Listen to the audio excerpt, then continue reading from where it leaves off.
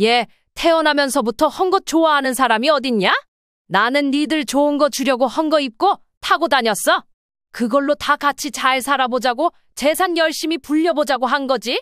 한쪽은 이렇게 졸라매는데 다른 한쪽은 펑펑 써버리고 그러라고 내가 이렇게 고생하고 산 줄 아냐? 엄마, 이 사람이나 저나 일부러 그런 거 아니잖아요. 엄마는 늘 아껴 쓰고 헌 것도 잘 쓰시니까 분위기 봐서 그런 거고요. 엄마도 필요하시다고 하면 했을 거예요. 왜 그렇게 화를 내요? 장모님도 계신데 좀 자중하세요. 뭐? 장모님도 계신데 어쩌라고? 엄마를 앞두고 장모님이랑 네 마누라 편만 들고 이제 보니 네가 제일 나빠. 네 마누라야 남이라 쳐도 너는 내가 뜨신 밥 해주고 키운 자식이잖아. 근데 네가 어떻게 나를 이런 식으로 대하냐? 네 장모님이 네 엄마야? 그 순간 며느리는 옆에서 눈치를 보며 억지로 웃으며 달래려고 했지만 안사돈이 상황을 못 참고 한마디를 내뱉었습니다. 사돈, 진짜 옆에서 보자 하니까 애도 아니고 왜 이렇게 생떼를 부리세요? 애들한테 너무하신 거 아니에요? 뭐 이런 걸로 따지고 드는지 모르겠네. 아니, 그렇게 억울하시면 차 바꿔드려요? 저랑 바꿀 거냐고요? 안사돈은 좀 조용히 좀 하세요. 나랑 애들이랑 말하고 있는데 왜 끼어드세요? 박 씨는 순간적으로 숨이 막히고 온몸이 떨리는 것을 느꼈습니다. 아무리 봐도 참으로 바보 같은 꼴이 아니라고 볼 수 없었습니다. 내가 해준 집을 별 다른 노력 없이 차지하고 앉아있는 이들을 보며 셋이 번갈아 가면서 나에게 소리를 지르고 있다니 말입니다. 심지어 자신을 누구보다 이해해야 할 아들마저 며느리의 편에 서서 이런 식으로 말하다니 믿기 어려웠습니다. 올해로 67세인 박현숙 씨는 평생을 알뜰하게 살아왔습니다. 가난했던 시절 남편과 함께 작은 방 하나에서 시작해 조금씩 돈을 모으며 하루하루를 살아왔습니다. 남편은 손재주가 좋았지만 사업 수완이 뛰어나지는 않았습니다. 그래서 박 씨는 늘 가계부를 철저히 쓰며 허리띠를 졸라맸습니다. 그렇게 몇십 년을 함께 살며 박 씨와 남편은 마침내 건물을 한 채 마련했습니다. 하지만 박 씨의 남편은 건물을 다 완성하고도 오랜 병으로 몸이 약해져 건강을 되찾지 못했습니다. 결국 몇 년 뒤 세상을 떠났고 박 씨는 홀로 그 건물을 지키며 살아가게 되었습니다. 남편 없이 혼자서 건물을 관리하는 일은 고단했지만 그래도 박 씨는 열심히 지켜나갔습니다. 하지만 시간이 흐르고 아들이 결혼할 나이가 되자 박 씨는 고민에 빠졌습니다. 아들은 결혼 준비를 하며 신혼집 마련 문제로 난감해했습니다. 엄마, 요즘 집값이 너무 비싸서 예산을 맞추기가 어려워. 하나하나 다 생각하면서 결혼식이랑 회사 위치까지 따지다 보니 답이 없네. 박 씨는 처음에는 선뜻 대답하지 못했습니다. 내가 가진 걸 내어주면 내 노후는 어떻게 될지 걱정이 앞섰기 때문이었습니다. 하지만 곧 마음을 다잡았습니다. 어차피 아들 하나고 나중에는 아들을 통해서 건물이 이어지도록 해야 하니 크게 상관이 없을 거라 여겼던 것입니다. 박 씨는 건물의 한 층을 내어주기로 결심했습니다. 건물이 오래되어 리모델링이 필요했지만 박 씨는 흔쾌히 자금을 마련하기 위해 자신의 오래된 차까지 팔았습니다. 이 집은 너희 신혼집이야. 오래된 집이지만 새로 고치면 더 좋은 집이 될 거야. 아들 부부는 눈물을 글썽이며 감사의 인사를 전했습니다. 며느리는 결혼을 앞두고 정성껏 포장한 500만 원짜리 명품백을 박 씨에게 선물로 들고 왔습니다. 어머님, 정말 감사해요. 저희 둘 다 예산이 많이 부족해서 집 얻는 게 너무 힘들었거든요. 이번에 신혼집을 따로 마련해 주셔서 돈을 그대로 갖고 있게 되었어요. 그중 일부를 떼서 선물로 드리는 거예요. 받아주세요. 박 씨는 그 명품백을 받고 잠시 고민했습니다.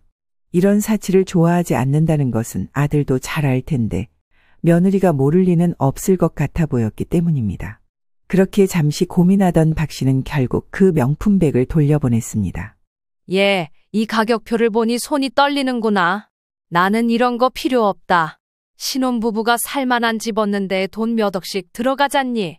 그거 아껴 쓰면 갖고 더 잘 살 생각을 해야지. 너희도 시작부터 이런 사치는 삼가고 알뜰하게 살아라. 며느리는 순간 얼굴이 굳었지만 억지로 미소를 지으며 알겠다고 대답했습니다. 박 씨는 그 모습을 보고 마음이 살짝 무거워졌습니다. 내가 너무 야멸차게 거절했나? 그래도 처음에 거절해야 다음에는 이런 무리한 선물 준비를 하지 않겠지. 아무렴 다른 신혼부부보다 출발이 좋은 거니 아껴서 쓰고 또 재산도 늘려가야지. 박 씨는 리모델링 공사가 끝난 신혼집에 아들 부부가 입주하는 모습을 지켜보며 흐뭇한 미소를 지었습니다. 그리고 본인이 해준 만큼 아들 부부가 행복한 결혼 생활을 이어가길 간절히 바랐습니다. 그런데 며느리와의 관계에서 미묘한 불편함이 피어오르기 시작했는데 이것은 신혼집에 대한 대화에서도 나타났습니다. 며느리는 신혼집을 둘러보며 겉으로는 너무 감사하다고 했지만 가끔씩 던지는 말이 박 씨의 마음을 찌르는 경우가 있었습니다. 어머님, 여기가 정말 좋긴 한데요. 안방 구조가 조금 희한하게 되어 있어요. 이거 나중에 아기 태어나면 불편할 수도 있겠네요. 그래? 그래도 열심히 공사한 건데 뭔가 부족한가 보구나. 네, 요즘은 방 구조가 더 현대적인 게 많잖아요. 어머니만 허락해 주시면 여기 내부 공사 다시 하고 싶은데 해도 될까요? 박 씨는 애써 웃으며 대답했습니다. 그래, 니들이 살 집이니까 그렇게 해도 괜찮아. 대신 공사 들어가기 전에 어떻게 할 건지 나한테 알려주고. 며느리는 때마다 알겠다고 대답했지만 그녀의 태도에서는 뭔가 부족하다는 기분이 들었습니다. 특히 리모델링 공사 중 박 씨가 세세하게 신경 쓰는 것을 보고는 먼저 선을 긋기도 했습니다. 어머님, 저희가 알아서 할 테니까 그냥 맡겨주세요. 요즘 젊은 업자들도 이런 거 충분히 잘해요. 박 씨는 그 말을 듣고 자신이 너무 나서는 건가 싶어 뒤로 물러났지만 뭔가 부드럽게 흘러가는 관계는 아니었습니다. 그렇게 박 씨는 신혼집을 내주고 며느리와의 관계를 조금씩 맞춰가려고 했지만 처음부터 느껴지던 미묘한 불편함은 시간이 지나면서 점차 짙어졌습니다. 본격적으로 이 집에 대한 거리감이 느껴졌던 건 아들 부부가 신혼집으로 사용하는 건물을 방문했을 때의 일이었습니다. 내부 인테리어를 마치고 공사가 끝난 집을 직접 보러 간 것은 처음이었습니다. 신혼집 내부는 리모델링 후 깔끔하고 현대적인 구조로 바뀌어 있었습니다. 박 씨는 눈앞에 펼쳐진 결과물을 보고 뿌듯했지만 이날 집에는 낯선 손님이 박 씨를 반겼습니다. 그 사람은 다름 아닌 며느리의 친정엄마였고 이 집 거실에 너무나 편하게 앉아서 맞이하는 것입니다. 안사돈은 고급스러운 옷차림과 큼직한 명품 가방을 들고 소파에 기대 앉아 있었습니다. 마치 자신의 집인 양 자연스럽게 거실을 차지한 채 티타임을 즐기고 있었습니다. 박 씨는 문득 자신이 초대받지 않은 손님처럼 느껴졌습니다. 하지만 자식들이 초대했으니 그런가 보다 하고 애써 넘기며 안사돈에게 물었습니다. 사돈, 오늘 웬일이세요? 저도 애들이 불러서 오긴 했는데 애들이 양쪽 부모님을 다 불렀나 보네요. 그러게요, 사돈. 여기 와보니까 저 깜짝 놀랐네요. 우리 딸이 이렇게 좋은 집에서 산다고 하니까 제가 다 기분이 좋아요. 이게 다 사돈 덕분이에요. 박 씨는 순간 마음이 불편했지만 아무 말도 하지 않았습니다. 안사돈의 태도에서 마치 자신이 집주인이라도 된 듯 일어나서 집안 곳곳을 소개하고 뭔가 주객이 전도된 분위기가 느껴졌기 때문입니다. 우선 가볍게 집안 구경을 했고 식사를 마친 후 박 씨도 아들 부부에게 전달할 것이 있었습니다. 집에 미리 부지런히 챙겨온 보따리 하나를 거실에 풀어놓았습니다. 이 안에는 오래전부터 박 씨가 아끼며 입던 옷들과 현재 사용하지 않지만 상태가 좋은 자잘한 물건들이었습니다. 박 씨는 며느리에게 다가가 말했습니다. 예, 며느리야, 이거 봐봐. 혹시 필요하면 써. 새 건 아니지만 상태는 괜찮아. 너희 집 살림에 보탬이 되면 좋겠다 싶어서 가져왔어. 그 말을 들은 며느리는 잠시 머뭇거리더니 멋쩍게 웃었습니다. 아, 네, 고맙습니다, 어머니. 그런데 그 순간 옆에 있던 안사돈이 보따리 속 옷들을 유심히 살펴보더니 한심하다는 듯 웃으며 말했습니다. 사돈, 요즘 누가 이런 거 입어요? 이런 거 가져다 주는 건 좀 그렇지 않나요? 워낙 금검전략하시고 검소하시다고 듣긴 했지만 이런 건 솔직히 재활용으로 내놓으셔야죠.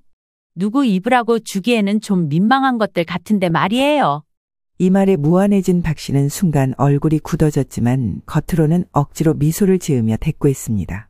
아니, 그냥 혹시나 해서 가져왔어요. 필요 없으면 안 써도 돼요. 그냥 편히 구경하라고 가져온 거예요. 그 말을 들은 며느리는 안사돈 쪽을 슬쩍 보며 곤란한 듯 웃더니 아무 말도 하지 않았습니다. 박 씨는 속이 불편했지만 더 이상 말을 꺼내지 않고 자리를 마무리했습니다. 그런데 며칠 뒤 박 씨는 신혼집 근처를 지나가다 충격적인 장면을 목격했습니다. 그날 가져다 줬던 옷 보따리가 그대로 건물 앞 쓰레기장에 버려져 있던 것입니다. 비닐봉투가 찢어진 채 박 씨가 아끼며 입었던 옷들이 너저분하게 나뒹굴고 있었습니다. 내가 직접 입었고 정리했던 옷들이기에 얼핏 봐도 바로 알아챌 수 있었습니다. 순간 속이 뜨거워지고 가슴이 철렁 내려앉는 기분이었습니다. 박 씨는 감정이 많이 상했고 곧바로 며느리를 불러 물었습니다. 얘, 안 입을 거면 나 다시 달라니까. 이걸 왜 싹 다 버렸니? 멀쩡한 것들이잖아. 너희 집에 필요 없으면 다른 데라도 주지. 이렇게 버리는 건 아니지 않니? 그러자 며느리는 태연하게 대답했습니다. 어머니, 저는 그런 거 안 좋아해요. 입지도 않을 걸 쌓아두면 집만 지저분해져요. 그래서 그냥 정리했어요. 다시 돌려드리기도 좀 죄송하고요. 박 씨는 알 수 없는 서운함과 무안함을 느꼈지만 그렇다고 마땅히 대꾸할 말을 찾지 못했습니다. 대신 며느리를 바라보며 한동안 침묵한 뒤에야 겨우 알겠다는 말만 답한 채 돌아섰습니다. 박 씨는 그날 밤 잠을 이루지 못했습니다. 자신이 그렇게 모으고 아껴가며 간직했던 물건들이 단번에 쓰레기로 내몰린 사실도 충격이었지만 며느리의 태도에서 느껴진 무시와 냉담함이 더 큰 상처로 남았습니다. 며느리가 싫어하는 옷과 물건들을 억지로 줄 생각은 없었습니다. 하지만 박 씨는 자신의 정성과 마음을 조금이라도 헤아려 줄 알았기에 더 큰 배신감을 느꼈습니다. 안사돈의 눈앞에서 비판받았던 순간과 그날의 말투, 며느리의 무표정한 얼굴까지 모두 떠올랐습니다. 그날 이후 자주 찾아가지도 않았고 아들 부부로부터 임신 소식을 듣고 아기가 태어나서 자라는 동안에도 딱 2번만 만났습니다. 최대한 만남을 줄이고 각자의 삶에 충실하고 싶었기 때문입니다. 그러다 이번에는 정말 기념할 만한 날이 다가왔는데 바로 첫 손주의 돌잔치였습니다. 박 씨는 이때만큼은 손주를 위해 특별한 선물을 준비하기로 마음먹었습니다. 이전에 며느리와 안사돈으로부터 무안당했던 일도 있고 이번만큼은 백화점에서 손주의 새 옷을 사줄 생각에 설렜습니다. 평소 백화점에 가본 적이 없던 박 씨는 처음으로 주변 사람들에게 물어보며 손주에게 어울릴 만한 옷을 찾아보려고 했습니다. 하지만 박 씨는 구체적으로 어떤 옷을 사야 할지 몰라 며느리에게 전화를 걸어 조언을 구했습니다. 얘, 내가 이번에 우리 손주한테 새 옷 한 벌 선물하려고 하는데 혹시 뭐 필요한 거 있니? 잠바라든지 이런 거 말이야. 아무래도 애 엄마한테 물어보는 게 빠르겠다 싶어서. 박 씨의 다정한 목소리에 며느리가 대답했습니다. 그러나 며느리의 말은 박 씨의 기대와는 전혀 다른 방향이었습니다. 아, 선물이요? 그런데요, 어머니. 혹시나 해서 미리 말씀드리는 건데 또 중고 옷 가져다 주시는 건 아니죠? 저는 물려 입히는 거 별로 안 좋아해서요. 괜찮으시면 현금으로 주시면 안 될까요? 그 순간 박 씨는 놀라서 말을 잇지 못했습니다. 손주를 위해 직접 새로운 옷을 사주려고 했던 정성과 노력은 전혀 고려되지 않는 듯 느껴졌습니다. 하지만 박 씨는 며느리에게 서운한 기색을 내비치지 않으려고 애써 미소를 지으며 대답했습니다. 그래, 알겠다. 현금으로 줄게.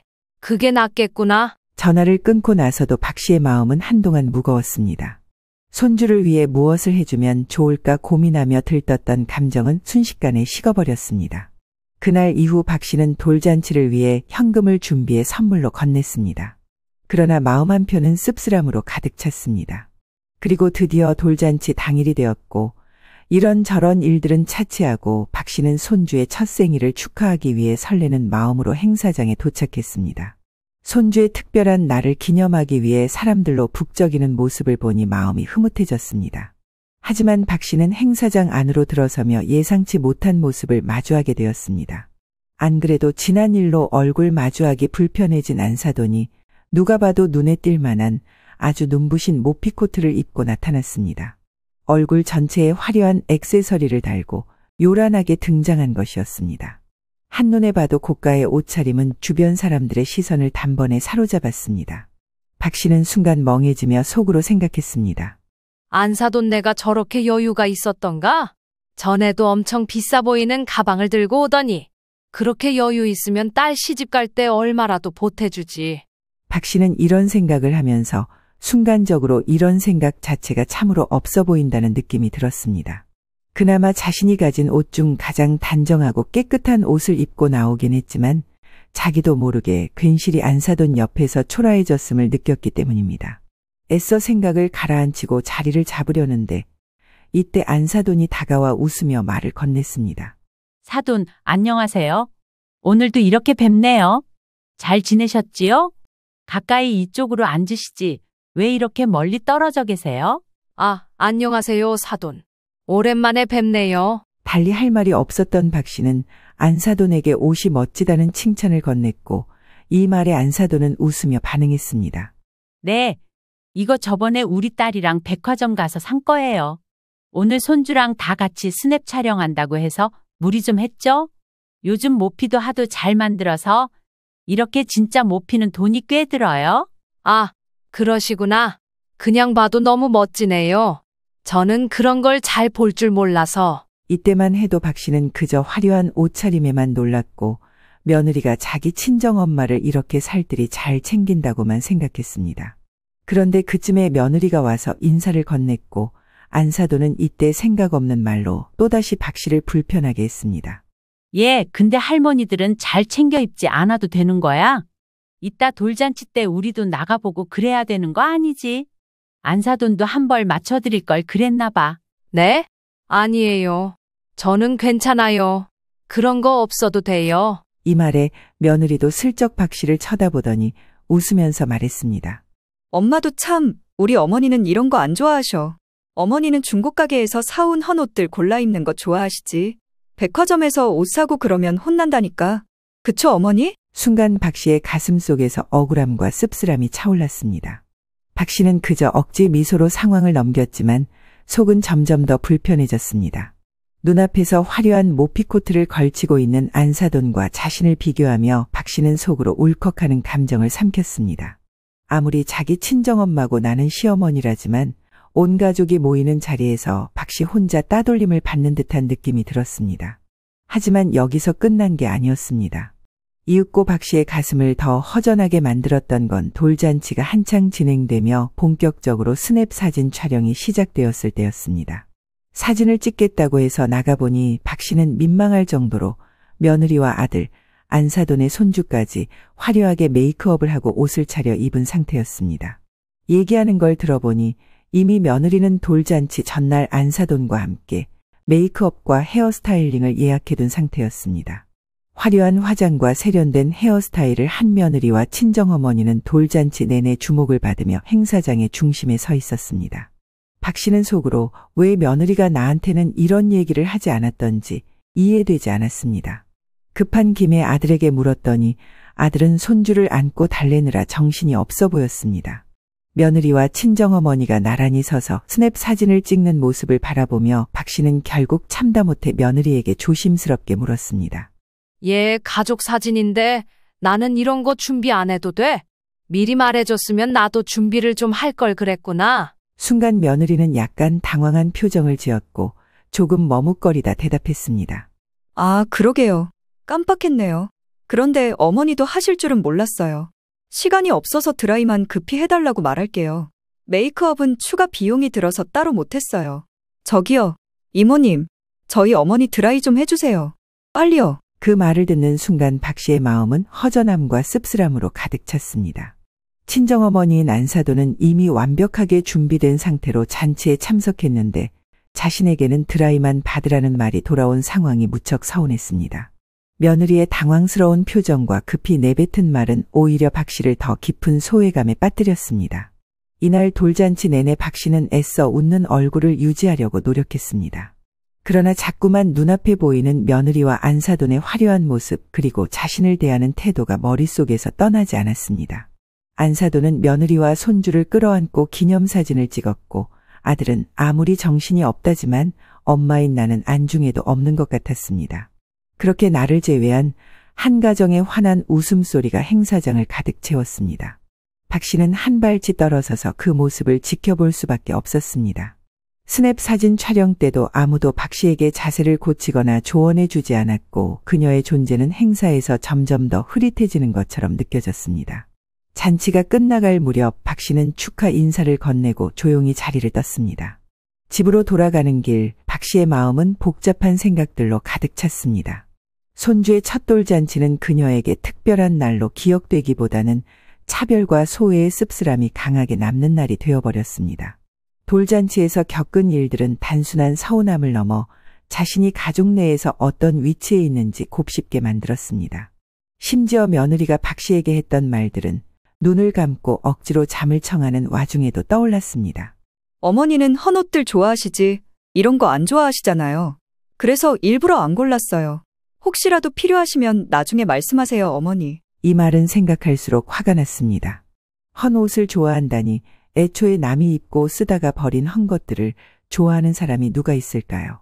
아끼면서 살다 보니 어쩔 수 없이 그렇게 되었을 뿐이었습니다. 고생 끝에 건물을 마련하고 그 건물을 활용해 가족의 안정된 미래를 도왔던 자신의 노력이 폄하되는 것 같았습니다. 더구나 안사돈에게는 값비싼 모피코트를 선물하고 막상 집을 선물해준 나를 가볍게 대하는 며느리의 행동이란 박 씨에게 깊은 상처를 남겼습니다. 아무래도 사람인지라 박 씨도 괜히 집 생각도 나고 하나 둘씩 본전이 생각나기 시작했던 것입니다. 아들 부부집 리모델링 해주겠다고 당장 돌릴 수 있는 현금 그리고 차까지 팔아서 급하게 돈을 마련해서 해주었습니다. 그러다 보니 이동할 때마다 아무래도 불편함이 있었고 왜 내가 이런 수고를 해서 번거로움을 감당해야 하는지 한탄하게 되었습니다. 그런데 마침 이때 아들로부터 연락이 왔습니다. 참 일찍 또 연락 왔다 싶었지만 돌잔치가 끝나고 어떻게 지내시냐며 안부를 물었던 겁니다. 엄마 잘 지내고 있어. 그런데 확실히 지금 차가 없으니 불편하다. 저번에 니들 집 해주면서 팔아서 지금 그냥 지하철 타고 다녀. 다음 주에 이모도 만나러 가야 하는데 말이지. 아, 맞다. 엄마도 불편하시긴 하겠네. 그래, 엄마. 우리가 방법을 좀 알아볼게. 이 전화를 끊고 나서 박 씨는 또 괜히 부끄러워졌습니다. 돌잔치에서 겪었던 일들에 대해 괜스레 어른답지 않게 아들에게 화풀이를 한 느낌이 들었기 때문입니다. 하지만 확실히 차를 팔고 난 다음 가까운 시장에 장을 보러 가거나 병원에 갈 때도 불편함이 컸고 돌잔치에 참석할 때조차 아들 부부의 차를 얻어 타야 했습니다. 아들이 안부를 물으니 답했을 뿐 어쩔 수 없는 내용이라고 생각했습니다. 그렇게 말해두고 난 뒤 일주일쯤 지나 며느리로부터 전화가 왔습니다. 어머니, 남편한테 들었어요. 요즘 차가 없어서 불편하시다면서요? 저희 차 중에 하나를 드릴게요. 제가 결혼 전부터 타던 차인데 아직 멀쩡히 탈만해요. 당장 발이 묶인 상황에서 며느리의 이런 제안은 고마웠고 앞서 불평하듯 말했던 게 미안해졌습니다. 박 씨는 얼른 알겠다, 고맙다고 인사를 했고 머쓱한 마음에 아들 부부에게 줄 선물로 과일을 조금 샀습니다. 그리고 이날 오후 며느리가 가져온 차는 외관은 깔끔했지만 나름 조금 오래 탔던 중고차임은 한눈에 알 수 있었습니다. 그렇지만 상태는 나쁘지 않았고 엔진 소리도 무난한 편이라 큰 기대 없이 운전하기 시작했습니다. 차를 타고 다니며 손에도 길을 들였고 이동의 불편함은 확실히 줄어들었습니다. 그러면서 나름 아들과 며느리도 박 씨에게 노력을 하고 있는데 나이 들고 혼자 있다 보니 너무 자잘한 거에 삐지게 되고 예민해졌나 이런 생각까지 했습니다. 점점 아들 며느리를 향한 마음이 누그러졌고 손주를 보러 갈까 싶어 약속을 잡고 아들네 집에 방문하게 되었습니다. 오랜만에 손주를 볼 생각에 마음이 설레고 아주 기분 좋게 며느리가 준 중고차를 몰고 조심스레 주차장에 도착했습니다. 그런데 그곳에서 박 씨는 예상치 못한 장면과 마주쳤습니다. 아마 근래 느꼈던 감정 중 배신감으로는 이게 가장 최고이지 않을까 싶을 정도로 박 씨는 매우 큰 충격을 받았습니다. 이날 건물 앞에는 길 가던 사람들이 다 멈춰서서 사진을 찍을 정도로 눈부시게 반짝이는 외제차 한 대가 주차되어 있었습니다. 그걸 보고 박 씨는 어디 연예인이라도 왔나 싶었고 이런 부분에 대해 까막눈이지만 딱 봐도 매우 비싸 보이는 외제차인데 이게 왜 우리 건물 앞에 있나 싶었던 겁니다. 그런데 문제는 그 차에서 안사돈이 내리는 중이었던 것입니다. 동시에 안사돈은 값비싼 명품 백을 들고 있었고 차 트렁크에서 백화점 포장이 된 고급 과일 세트를 꺼내고 있었습니다. 박 씨는 너무 놀라서 숨이 멎었고 말이 나오지 않았습니다. 이번에도 여전히 언제나처럼 안사돈이 먼저 박 씨에게 말을 걸었습니다. 사돈, 안녕하세요. 오늘 애기 보러 오신다고 들었어요. 저도 지나가는 길에 잠깐 들렀는데 같이 들어가실래요? 이 말을 듣고 입이 떨어지지 않았던 박 씨는 간신히 입을 열었습니다. 아, 네, 그런데 이 차는 안 사돈 거죠? 엄청 좋아 보이네요. 외제차 아닌가요? 그런데 여기서 안사돈은 아주 푼수같이 대답을 해버렸습니다. 웬만한 눈치라도 있었으면 이후 그런 최악의 상황은 만들지 않았는데 이 말에서 모든 분쟁을 시작해버린 겁니다. 아유, 우리 딸이랑 사위가 선물해줬어요. 제가 허리가 안 좋아서 오래오래 타라고 말이에요. 저야 너무 고맙고 땡큐죠. 그 말을 듣는 순간 박 씨의 머릿속은 새하얘졌습니다. 자신이 받은 중고차와 지금 눈앞의 외제차가 머릿속에서 비교되며 억울함이 밀려왔습니다. 자신에게는 결혼 전부터 타던 중고차를 건네준 며느리가 본인 친정엄마에게는 새 외제차를 선물했다는 사실이 도저히 믿기지 않았습니다. 안사돈은 박 씨의 표정을 전혀 눈치채지 못한 듯 명품 백을 가볍게 흔들며 과일 세트를 들고는 말했습니다. 차 안에 내비게이션까지 이렇게 길게 달려있고 내부도 호텔처럼 멋져요. 딱 제가 원하는 취향으로 흰색으로 뽑아줬답니다. 다음에 제가 한번 태워드릴게요. 아참, 안사돈도 이거 하나 드셔보실래요? 제가 가는 백화점 지하 1층 과일이 정말 신선하더라고요. 박 씨는 억지로 미소를 지으며 괜찮다고 말한 뒤 더 이상 안사돈과 눈을 마주하고 싶지 않았습니다. 곧장 안사돈보다 앞서가며 속을 최대한 달래보려고 했지만 분노와 서운함이 뒤섞여 말조차 제대로 나오지 않았습니다. 게다가 머릿속이 너무 어지러웠습니다. 나는 집을 해줘놓고 중고차 한 대도 겨우겨우 감지덕지 받아가며 고맙다고 인사를 그렇게 했는데 안사돈은 대체 딸과 사위 부부 사는 데에 무슨 기여를 했다고 저만한 선물을 받은 걸까요? 박 씨의 속이 서서히 끓어오르기 시작했습니다. 이쯤 되니 내가 아들 부부에게 준 자산이 어느 정도 되는지 따져보는 게 전혀 속물 같지 않다고 느꼈습니다. 우선은 집에 들어가자마자 며느리와 마주할 예정이었고 자신의 생각을 애써 가라앉히며 대화를 준비했습니다.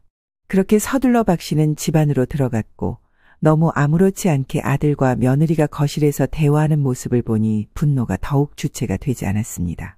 얘들아, 니네 나랑 얘기 좀 하자.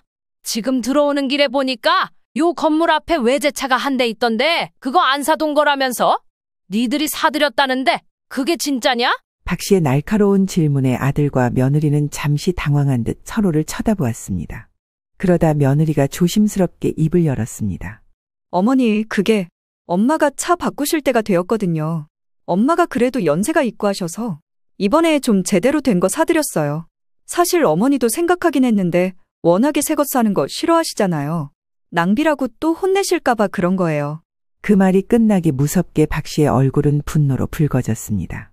며느리의 태연한 대답이 박 씨에게는 그동안 쌓였던 서운함과 억울함을 모두 폭발하게 만든 도화선이었습니다. 박 씨는 숨을 가다듬으며 목소리를 높였습니다. 니들 돈으로 산 거 맞지? 나는 지금 너무 기가 막히고 억울하다. 솔직히 그래도 되는 거 아니냐? 저런 데에 쓸 돈이 있다는 게 다 니들이 어디선가 절약이 되고 안 써도 되는 돈이 있기 때문 아니냐?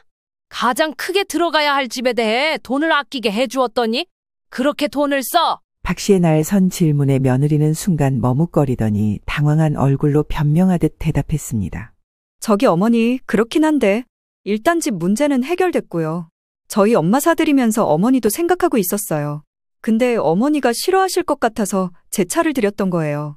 저희 엄마도 이번에 차 살 때 얼마 보태시기도 했고요. 그래? 얼마나 보태셨는데? 저 차가 최소 그래도 1억은 될 것 같던데 거기에 한 9천만 원 보태셨냐? 그러자 아들까지 나와서 말리기 시작했습니다. 엄마답지 않게 왜 그래? 그냥 장모님이 힘들어 보이셔서 기왕 해드리는 거 그렇게 한 거야. 왜 갑자기 싸우는 분위기를 만들어? 내가 이상하고 내가 예민한 거냐? 일단 말이나 해보라고 돈이 뭐 얼마나 남아서 그런 차를 사드렸대? 나는 당장 팔아서 몇백만 원도 못 받을 차를 갖다 줘놓고 니들 같으면 화 안 나겠어? 니들은 번지르르하게 새 거 갖고 싶어서 돈 한 푼 안 들이고 이 건물 신혼집도 받고 리모델링까지 해놓고. 이때 안사돈이 뒤늦게 들어왔고 아주 황당하다는 표정이었습니다. 세상에, 아까 저 아래에서는 아무렇지 않게 인사하시더니 우리 딸이랑 사위가 제 차 사준 게 그렇게 마음에 안 드세요? 아니, 아래에서 말씀하시던가 왜 여기 와서 애들을 잡으신대? 그러자 며느리 역시 다소 짜증 섞인 목소리로 답했습니다. 어머니, 지금 너무 예민하신 거 맞아요. 상황 설명드렸잖아요. 어머니도 해드릴까 했는데 워낙 이런 거 사면 야단치시니까 그런 거라고요. 박 씨는 며느리의 말에 더 이상 감정을 억누를 수 없었습니다. 손을 떨며 소리를 높였습니다. 얘 태어나면서부터 헝겊 좋아하는 사람이 어딨냐? 나는 니들 좋은 거 주려고 헝겊 입고 타고 다녔어. 그걸로 다 같이 잘 살아보자고 재산 열심히 불려보자고 한 거지.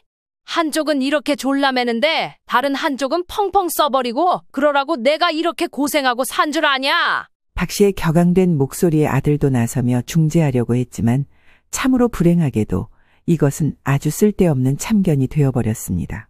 엄마, 이 사람이나 저나 일부러 그런 거 아니잖아요. 엄마는 늘 아껴 쓰고 헝겊도 잘 쓰시니까 분위기 봐서 그런 거고요. 엄마도 필요하시다고 하면 했을 거예요. 왜 그렇게 화를 내요? 장모님도 계신데 좀 자중하세요. 아들의 말을 들은 박 씨는 너무나도 서러워 손을 떨며 그를 바라보았습니다. 뭐? 장모님도 계신데 어쩌라고? 엄마를 앞두고 장모님이랑 네 마누라 편만 들고 이제 보니 네가 제일 나빠. 네 마누라야 남이라 쳐도 너는 내가 뜨신 밥 해주고 키운 자식이잖아. 근데 네가 어떻게 나를 이런 식으로 대하냐? 네 장모님이 네 엄마야?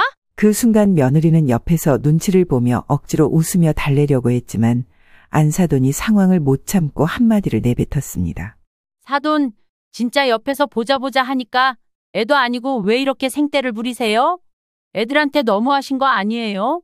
뭐 이런 걸로 따지고 드는지 모르겠네. 아니, 그렇게 억울하시면 차 바꿔드려요? 저랑 바꿀 거냐고요? 안사돈은 좀 조용히 좀 하세요. 나랑 애들이랑 말하고 있는데 왜 끼어드세요? 박 씨는 순간적으로 숨이 막히고 온몸이 떨리는 것을 느꼈습니다. 아무리 봐도 참으로 바보 같은 꼴이 아니라고 볼 수 없었습니다. 내가 해준 집을 별 다른 노력 없이 차지하고 앉아있는 이들을 보며 셋이 번갈아 가면서 나에게 소리를 지르고 있다니 말입니다. 심지어 자신을 누구보다 이해해야 할 아들마저 며느리의 편에 서서 이런 식으로 말하다니 믿기 어려웠습니다. 그 와중에 아들은 엄마를 달랜답시고 나와서는 이렇게 말했습니다. 엄마, 그만하고 너무 흥분하지 마세요. 일단 모셔다 드릴게요. 이건 알아. 내가 내 발로 걸어갈 테니까. 사람을 우습게 보는 것도 정도가 있지? 엄마, 진짜 동네 사람들 다 알잖아요. 우리 이 건물에 사는 거 다 아는데 이렇게 하면 동네 창피한 거 아세요? 박 씨는 그 말을 듣는 순간 참아왔던 분노가 터져나왔습니다. 그녀는 크게 숨을 들이마신 뒤 차분하면서도 단호한 목소리로 아들을 바라보며 말했습니다. 동네 창피해? 그래, 내가 여기서 산다는 걸 사람들이 다 아는 만큼 이 건물이 네 엄마가 만들어준 거란 것도 다 알겠지. 그런데 너는 내 엄마보다 남들 시선이 더 중요하구나? 정말 실망이다. 아들의 표정이 굳어가는 것을 보면서도 박 씨는 멈추지 않았습니다. 내가 너희에게 이 집을 내준 이유는 너희가 안정적으로 잘 살기를 바랐기 때문이야.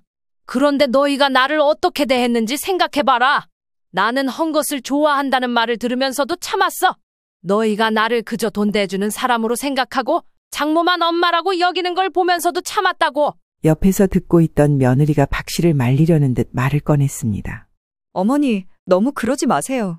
저희도 일부러 그런 건 아니었어요.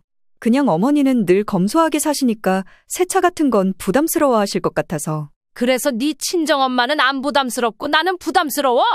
너희가 정말 나를 생각했다면 이렇게 했겠니? 안사돈이 옆에서 끼어들었습니다. 사돈, 진짜 왜 이러시냐고요? 그냥 애들이 장모 잘 모시는 거 보면서 흐뭇하게 봐주시면 되지. 이건 좀 너무하신 거 아니에요? 박 씨는 안사돈을 똑바로 바라보며 단호하게 말했습니다. 사돈, 제가 여기서 왜 이러고 있는지 모르시겠어요? 제가 지금까지 참아온 걸 사돈이 알아주실 필요는 없지만 제 집에서 제 자식과 얘기하는데 사돈이 나설 일은 아니에요. 그냥 지켜보세요. 어머니, 지금 너무 흥분하신 것 같은데. 이 집 주신 거 감사하게 생각해요. 그런데 저희 뜻을 너무 곡해하시는 것 같아요. 많이 예민해지신 것 같고요. 물려주실 거라고 말씀하셨으면서 왜 이제 와서 화내시는지 모르겠어요. 박 씨는 짧은 한숨을 내쉬며 결단하듯 대답했습니다. 물려준다고 누가 그래? 내가 내 집 내놓으라고 하는데 내가 그걸 뭐라고 할 권리가 있니? 이제부터는 이 집 내놓고 너희는 나가서 전셋집 구해. 더 이상 나를 헝겊만 좋아하는 사람 취급하면서 살게 두지 않을 거야. 박 씨의 이례적인 단호함과 분노에 며느리와 아들은 할 말을 잃고 침묵했습니다. 안사돈은 뭐라고 더 하려는 듯 입을 열었지만 박 씨의 단단한 태도와 심상치 않은 분위기를 감지하고는 결국 입을 다물었습니다. 안사돈, 아까 저더러 생떼 부린다고 했죠. 그래요. 나도 이제 좀 생떼를 부려보려고요. 그동안 참고 넘기기만 했더니 결국 바보가 된 건 저뿐이더라고요. 실컷 좋은 거 타고 사고 누리세요. 대신 안 사돈이랑 안 사돈 딸 돈으로요. 제 집에서 등 따숩게 눕고 앉아서는 사람 바보 취급하는 건 이제 그만하셔야죠. 방하는 순간 정적에 휩싸였고 누구도 박 씨를 마주 보지 못했습니다.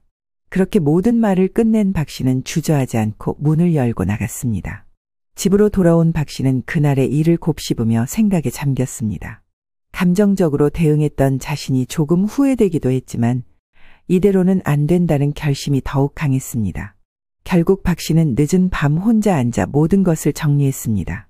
더 이상 자식들에게 휘둘리거나 이용당하며 사는 삶을 살지 않겠다는 결심이었습니다. 다음 날 박 씨는 신혼집으로 내준 건물을 임대 시장에 내놨습니다. 몇 주 후 세입자가 나타났고 박 씨는 단숨에 계약을 진행했습니다. 이제 이 집은 인테리어 사무실로 쓰일 예정이었습니다. 아들과 며느리는 이 사실을 듣고 처음에는 믿지 못했지만 박 씨의 결정이 변하지 않을 것을 알고 서둘러 집을 비웠습니다.